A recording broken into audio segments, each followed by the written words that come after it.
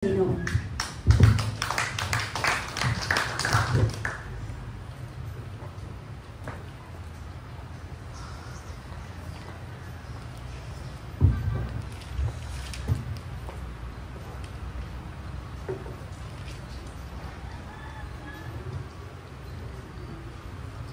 Hallelujah, mayong buntag pag-usab na itong tanan.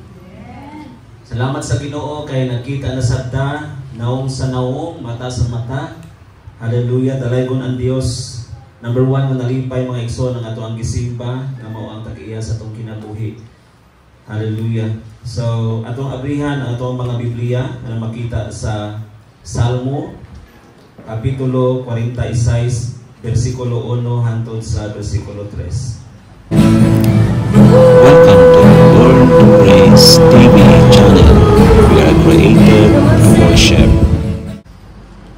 Salmo Kapitulo 46, gikan sa 1 hangtod sa 3. Ang Dios mao ang atong dalampanan o kusog. Andam siya kanunay sa pagtabang panahon sa kalisdanan. Busa dili kita mahadlok bisan matay og ang yuta ug matumpag ang kabukiran ngadto sa kahiladman sa dagat. Bisan pa mudahunog ang dagat ug magpungasi ang mga balod ug ang kabungturan matay og sa kagahom niini. Magamputa kanimo labing balaan mahigugmaon ug dalaygon nga Dios. Tag-iya sa among kinabuhi. Among gitugyan Ginoo ang among makinabuhi bisan pa nining mga orasa. Amoy pinaka-importanteng anib sa among pagdayeg pagsimba diha kanimo mao ang pagpakaos kadatang sa namo ka mga kalag. Sanglit ang pagkaon sa among mga kalag mauman ang mga pulo. Ginoo gikan sa langit midan-ag kanamo Ginoo kahayag aron nga bisan si kinsa Ginoo nga naglakaw sa kangit-ngit mahayagan ug imong tultulan Ginoo sa dapit diin anaa Ginoo Dios ang mga pagdayeg mga pagsimba nga sama niini. Lord, ang imong mga pulong Ginoon Dios mao'y sumbanan sa among pagkinabuhi. Aron si kinsa katong nangitngitan mahayagan, si kinsa katong nagduha-duha matambalan, si kinsa katong nangayo makakaplag, si kinsa katong nangandoy Ginoo makabato niini. Ug ang imong saad Ginoon Dios, dili mo pakyas ni bisan kinsa Ginoo nga nagpatinud-anon diha kanimo. Salamat Lord nga sa among pagbarong karon uban ka nga tudloan nimo kami. Unsaon Ginoon Dios Lord paggamit kining nahibili namong mga panahon tungod kay kung di na mo ni magamit Ginoon Dios dautan kini. Salamat kay mong pasakton Ginoo ang imong mga kanakan karon. Pinaagi sa imong langit ng makaalam Ginoon Dios nga mudagsa sa matag usa-usa kanamo. Salamat kay mong gamiton kining ubos nga alagad nimo Ginoo aron sa pagmaymay Ginoon Dios sa pagpresenta Ginoon Dios sa langitnon nga mga tinguha sa langitnon Ginoon Dios haleluya nga mga kabtangan Ginoo nga dili malaya na dili matun-od Ginoon Dios. Salamat kay ikaw mismo Ginoo maghikap magkontrolar sa among makinabuhi. Tagay kami Ginoo attention Ginoon Dios nga walay mga disturbances Ginoo nga muhatod sa kaaway sa ngalan ni Ginoong Hesus. Daghang salamat Lord sa imong pagbukbo sa imong nang hingaping nga gugma ug grasya Ginoo. Dalaygon ka sa walay katapusan. Tanang dugog ug himaya among gihatag diha kanimo sa pangalan ni Ginoong Hesus nga among manuluwas o Ginoo. Amen ug amen. Maglingkod ta uban ang presensya sa buhi nga Dios. Hallelujah. Ang Ginoo mga igsoon maayo sa tanang panahon. Sa tanang panahon maayo ang atong buhi nga Dios. Hallelujah. Mga igsoon, nakita nato ang mga sitwasyon sa atong kalibutan karon. O ang tanan mga igsoon nga nagtinguha sa kabubuton sa Dios. Daghang mga panahon mga igsoon nga dili nato makutlo, dili nato makuha, dili nato maangkon. Apan dinitak na sa kabuntagon, ganahan si Lord nga may madiscovery ka. Ganahan ang Ginoo nga may madiscovery ka mga igsoon. Tungod kay gibasa na nato sa dili madugay, sa wala madugay mga igsoon ang atong teksto sa Psalms 46 gikan sa 1 hangtod sa 3. May tungod kini siya mga igsoon sa usa ka mga disturbances sa atong pagpangalagad. Ang mga problema, ang mga kasakitan, ang mga pag-antos usahay dili nato kini mga kontrolar, hinunuwa maapektahan ang atong pagpangalagad sa atong buhi nga Dios. Apan karong adlaw mga igsoon aron nga makasukol ta sa daghang kay mga pana nga gimugna sa atong mga kaaway tungod kay ang disenyo sa Dios sa atong makinabuhi dadun ta sa kinabuhing walay katapusan. Kinabuhing walay katapusan diin maangko nato dili nining kalibutan kundili diha lamang sa Ginoo mga igsoon nga nagbuhat sa langit ug sa yuta. Muna nga karong adlaw mga igsoon dadon ko kamo sa uluhan sa ato ang mensahe karon may tungod sa mental health, finding refuge in God. Ato ang latawon kining word nga mental health. Kasagaran kung dili nato basahon ang etymology ani mingon dayon ta nga ang may tungod ni siya sa mga naidipikto sa atong mga panguna-una. May tungod kini siya sa mga butang nga kinahanglan nga adunay kalambigitan sa una-una nga adunay sakit. Sama ni anang girihab na tungod kay dili na maayong panguna-una. Pero atong natawon mga igsoon ay duha ka mensahe, duha ka meaning ani gitawag og mental health. Mental health sa gitawag sa World Health Organization. Ningon nga mental health is defined as a state of well-being in which every individual realizes his or her own potential. O kaning word gitawag nga potential, that means nga makahimo siya.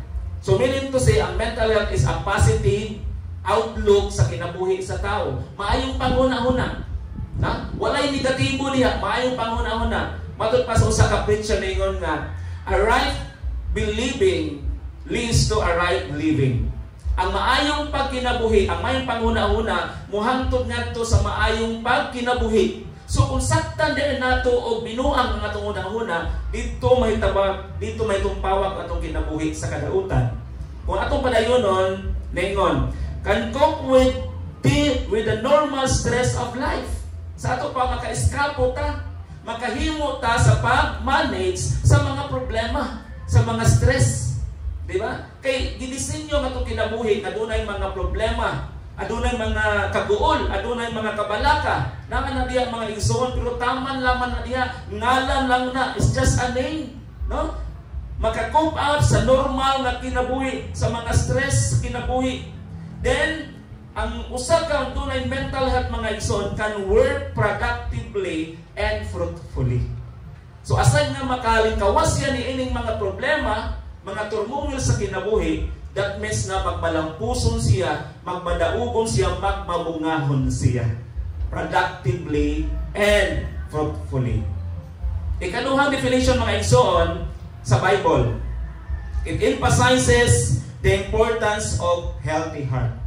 So sa ato pa, equivalent sa mental health, healthy nga panghuna-huna, healthy nga kasing-kasing, healthy nga unsa man, healthy nga kalag, no? Ang ato ang kaning naa sa atong lawas mga igsoon, the windows of our soul, our body, kining atong kalag, healthy na. Muna nga pakanon kanunay sa pulong sa Ginoo. Healthy, then at the same time, cultivating well-being through faith, prayer, and living according to God's principles. So mao ni dili magsugod ang mental health. Sa ato pa, mahimong maayo atong panghuna-huna kung naglangkob kini insaktong pagtuo, insaktong mga pag-ampo, gikultivate nato sa pagtuo, gikultivate diha sa mga pag-ampo para nga makinabuhi kita uyon sa prinsipyo sa Dios. Punta na ay mo ang tapat. Nagkinabuhi ba ta uyon sa prinsipyos Ginoo? Kaya kung nagkinabuhi ta uyon sa prinsipyos Ginoo, diha sa pagtuo, diha sa mga pag-ampo, mga igsoon, doon na kay mental health. Congratulations.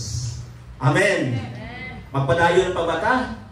Sa ato pa ni ay, kung naa din ni ang mga manifestation sa i-mention mga igsoon sa biblical definition of mental health, nagpasabot na ng ato ang kinabuhi di ay healthy ang atong panghuna-una. Pero kung musibog ta, di na to makita ang definasyon sa mental health.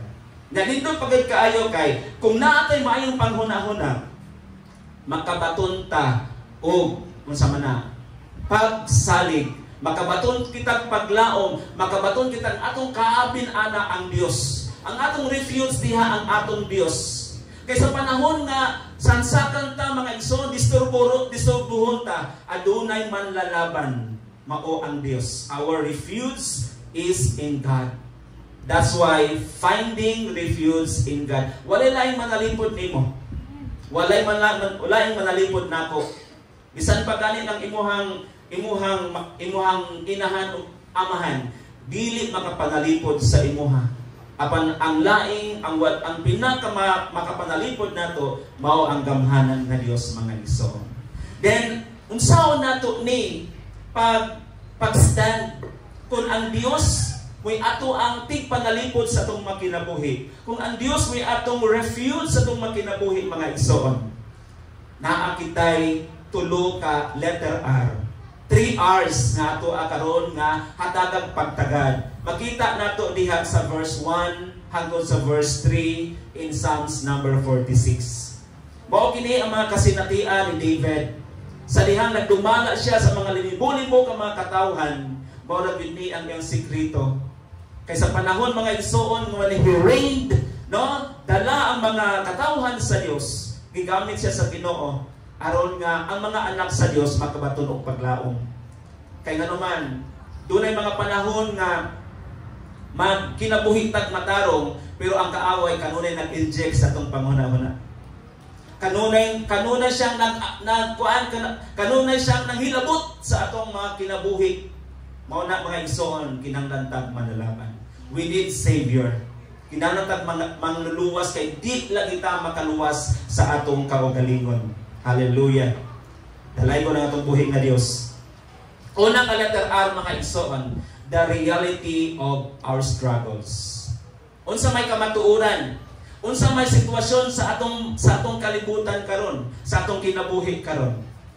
Kung atong nakita mga igsoon na kining mga struggles, kaning imuhang mga kalisdanan nga imuhang na-experience mga igsoon sa kinabuhi, personal na experience, personal na kasinatian sa atong pamilya, sa atong panimalay mga igsoon. That is the reality of our struggle. Sa atong trabaho, sa atong community, sa atong eskwelahan, daghan nga mga struggles na ato ang na-encounter mga igsoon. Pero take heart, take heed, tungod kay naa ang manalaban mo nang gikinahanglan og personal nga relationship. Kaya kung wala tayo personal na relationship mga igsoon, di nato makita, makaplagan ang atong refuge mga igsoon sa atong kinabuhi.